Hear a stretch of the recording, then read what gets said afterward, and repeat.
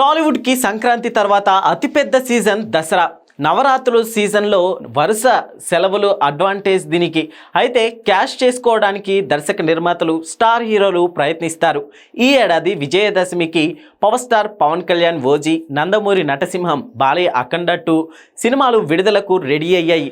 ఇద్దరి స్టార్ హీరోల సినిమాలు బాక్సాఫీస్ దగ్గర పోటీ పడితే ఏదో ఒక సినిమాకి కలెక్షన్లు డ్రాప్ అవడం ఖాయం. కానీ ఏపీ కూటమి ప్రభుత్వంలో భాగమైన డిప్యూటీ సీఎం పవన్ కళ్యాణ్, అలానే ఎమ్మెల్యే బాలయ్యకి మంచి అనుబంధం ఉంది కదా. పవన్ సినిమా ఓజీ, బాలయ్య మూవీ అఖండ 2 దసరాకు ఒకే తేదీన రావాల్సింది. ఇక బాలయ్య మూవీ వాయిదా పడింది. సినిమా షూటింగ్తో పాటు పోస్ట్ ప్రొడక్షన్ వర్క్ ఫినిష్ కాకపోవడమే కారణం అనుకున్నారు.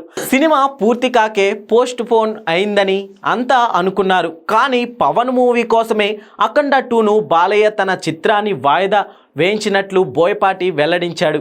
అఖండ 2 షూటింగ్ డిసెంబర్లో మొదలుపెట్టి జూన్ చివరికల్లా పూర్తి అయింది. ఇక జార్జియాలో క్లైమాక్స్ షూట్ చేసుకుని వచ్చేశారు. ఇక ఆగస్టు 10 కల్లా రికార్డింగ్ కూడా అయిపోయింది. కానీ ఓజీ కూడా దసరాకే వస్తుంది అంటే ఒకరి మీద ఒకరు పడటం ఎందుకు అనుకున్నారట.